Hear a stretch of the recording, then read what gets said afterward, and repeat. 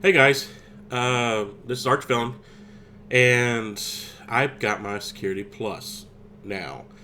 I did it in a week, which is kind of not easy to do. A few people been asking me how I did it, so I'm going to go over some tips and things like that that I use to help me pass my test and get my certificate for us. Do I recommend a week? Well, that depends on you, really. I have more experience, a lot of experience actually, in IT. I've been in IT for many, many, many years. If you are someone who's just getting started or just basically just wants to go ahead and get your certificate, I'm going to go over and talk to you about what I recommend and some tips and stuff that really helped me out, even though I've been in it for years. Um, a lot of people talk about don't do it in a week. Don't do it in 2 weeks. I know a couple people here on YouTube did it in 2 weeks. A lot of people recommend in 90 days. 90 days, I could see. 90 days sounds like a great number. That gives you plenty of time to go over things and remember, because the Security Plus test, it goes over a lot of different things, as in it goes over from stuff from the very outside of the network, from the internet all the way to the internal, but to the client. You gotta know security from end to end. You gotta know port numbers. You gotta know how to lock it down, read logs, things like that. And I'm gonna go over all that. Uh, Now, again, I really don't recommend this for like a new person. Not from my way I did it. I will go over some things that will help a new person out and anybody on any level. Well, the biggest question you got to ask yourself is, how do you learn? Do you? I know a lot of us learn by, let me get my hands into it, let me do it, and get my hands dirty and go from there.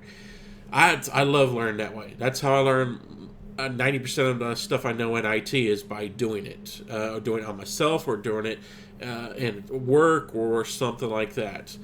The second way I learn is by videos, watching. I like to see what they're talking about, and when they do it, what's the outcome supposed to be and what's it supposed to look like. That's how I do it.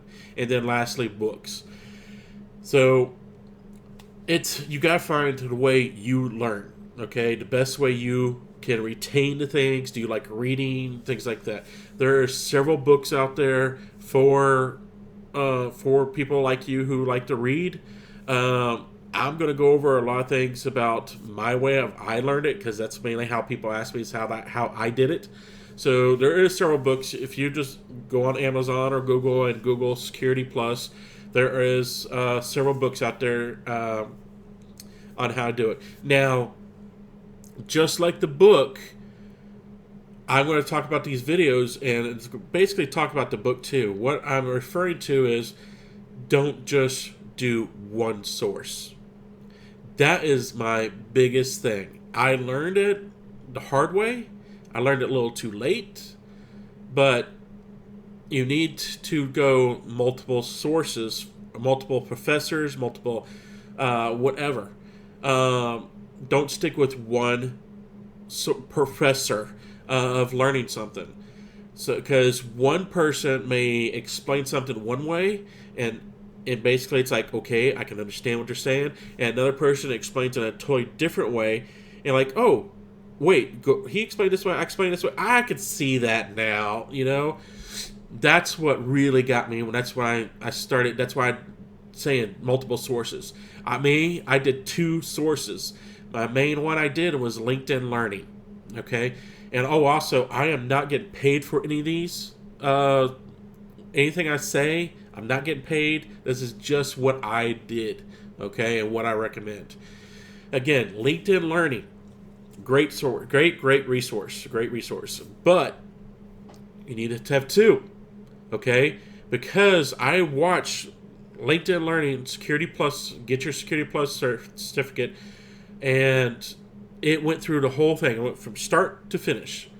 And it took me almost a whole entire week to get through it. Then I've seen some people talk about Professor Messer, and I was like, well, let me check him out. And I started watching Professor Messer, and at first he was speaking really fast for me, and like he'll go over something and just continue on. Where LinkedIn Learning, they go over it, and then they give you some examples, they go over it again to try to really pound it into you. Professor Messer didn't do that, but Professor Messer did explain a different way than LinkedIn Learning, and then it helped me put the puzzle pieces together much, much easier. So I didn't fully get all the way through Professor Messer. I think I got to just the beginning of part 5. When I'm talking about part 5 is there is 6 parts to your Security Plus exam. It covers 6 different things. Okay, so I only got to where he started just talking about the 5th one. So it was, and I started thinking, man, I should really finish out his videos and things like that. But the problem is, I already bought my voucher. I brought it at a discount. And I'll explain that here in a few more minutes. But, so, there's some other places out there, too, that you can get more training. There's a website called Udemy, udemy.com. You could buy, like, the Security Plus video training for, like, $10 or something like that. So it's not too bad. Professor Messer, if you get on YouTube and Google that, that's all free. LinkedIn Learning, that's not free at all. So basically, there's 3 different video choices right there for you, and I recommend at least 2 of them. Watch 2 of them. Either ones, whatever you want to do, watch 2 of them, because I guarantee you they're going to explain it totally different for each one. And it will help you out, really, really help you out. It helped me out a lot on this test. Next thing, after you watch those videos, find the practice tests. Okay? Examcompass.com has like 24 practice tests. Each one of them has like 25 questions, and underneath that there's category tests that test you like encryption, firewall stuff, things like that, software, all stuff. So that'll help you out as well. So I really, really recommend that. That will help you prepare yourself to what type of questions they're going to ask. You're not going to see those questions on the firewalls on the test. So don't even bother remembering those. So I really recommend you doing those tests. So watch those videos, do the test. There is performance-based questions on the test. If you go to captia.org, they do have an example of a performance-based test or question on that test. And there's right there, they talk about a client is getting blocked, can't get to the internet, but another client can, so you gotta find what the problem is. That will help you understand what performance questions, or not really what performance questions, but how the performance questions are going to be in the test. Like, what exactly you got to do? What do you mean by performance questions? You know, they really want you to make sure you know your stuff. So what are you going to look at? Things like that. When on the test, they talked about up to 90 questions. It is up to 90 questions. Did I get 90 questions? No. I got 82 questions. So you have to get a 750 on the test to pass. So it's going to be 900. So if you get 750 or above, up to 900, you pass. So I was thinking, well, I'll calculate. Okay, let's see. I can miss this many, and I'll be safe. And then when I got there, it says, oh, you got 82 questions. I'm like, well, that just blew off my math. But I passed.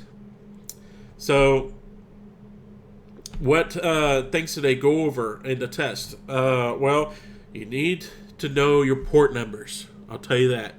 Port numbers, port numbers, port numbers. Next thing you know, acronyms. Acronyms, acronyms, acronyms.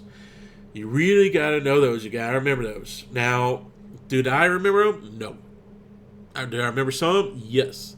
Were the ones that I remember were on a test? No. They weren't.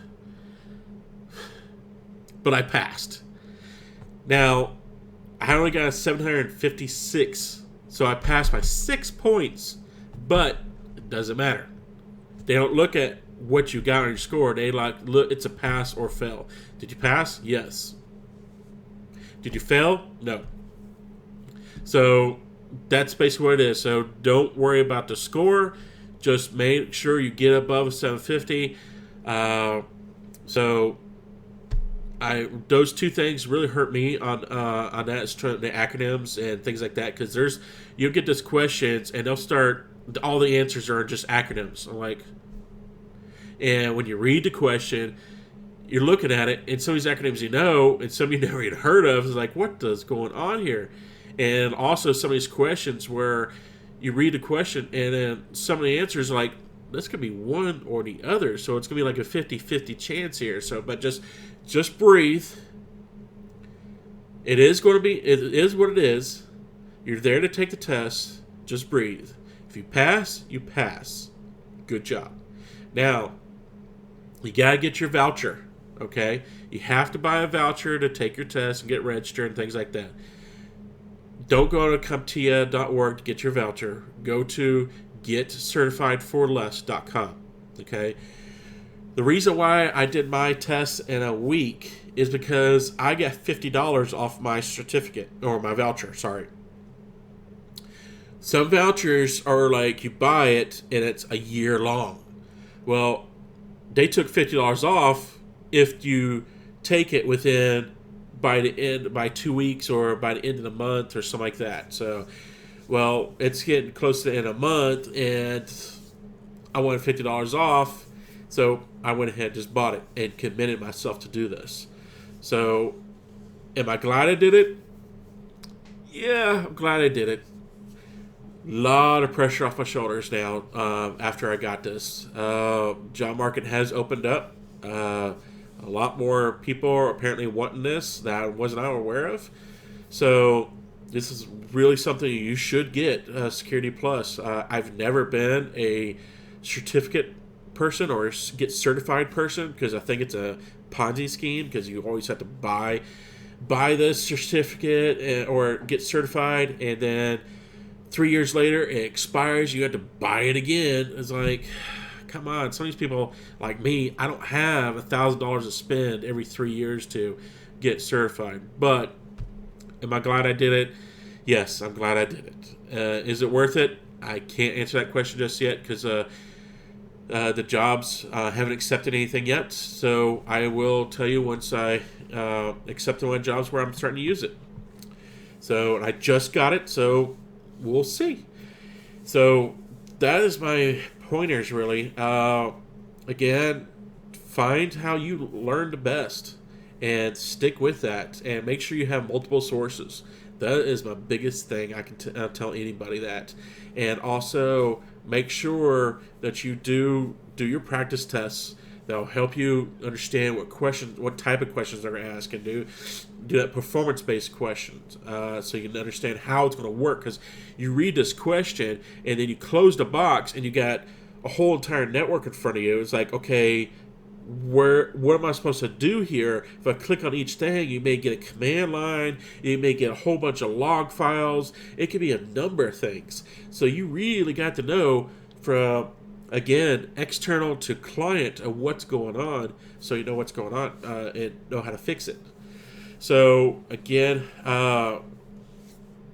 good luck, and make sure you do it. Do the two sources, because I really recommend it, and you will find out that it will help you out the best. Okay, so if y'all have any questions, you can post down below and I will answer them. I will also post all the links to what I was talking about, like LinkedIn Learning, Professor Messer, and the Udemy.